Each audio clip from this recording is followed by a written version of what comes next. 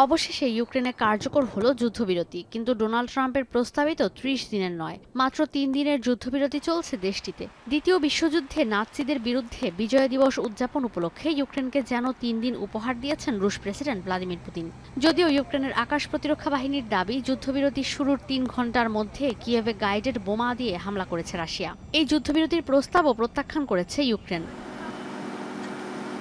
অন্যদিকে রাশিয়ার দাবি, দ্বিতীয় বিশ্বযুদ্ধে বিজয়ের ৮০তম বার্ষিকী উদযাপনের আগ মুহূর্তে বুধবারও মস্কোতে ড্রোন হামলা করেছে কিয়েভ। এতে রাশিয়ার অন্তত ১৩টি বিমানবন্দরের কার্যক্রম ব্যাহত হয়। ক্রেমলিনের দাবি, পশ্চিমা দুটি হিমার্স রকেট আর ৫ শতাধিক ড্রোন ভূপাতিত করেছে রাশিয়ার আকাশ প্রতিরক্ষা ব্যবস্থা।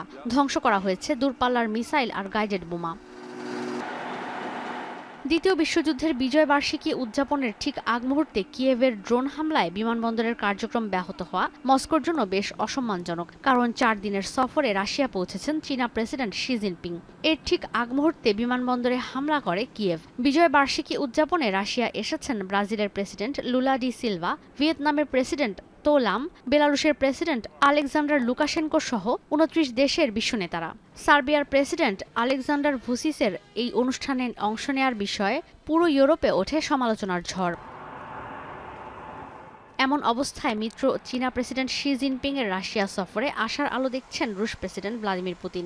২০২২ সালে ইউক্রেনে আগ্রাসন শুরুর পর থেকে মস্কো আর বেইজিং এর বাণিজ্যিক অংশীদারিত্ব অনেক বেড়েছে, কারণ দুই দেশই পশ্চিমা নিষেধাজ্ঞার আওতায়। ২০২৪ সালে দুই দেশের বাণিজ্য পৌঁছেছে $২৪,৫০০ কোটি।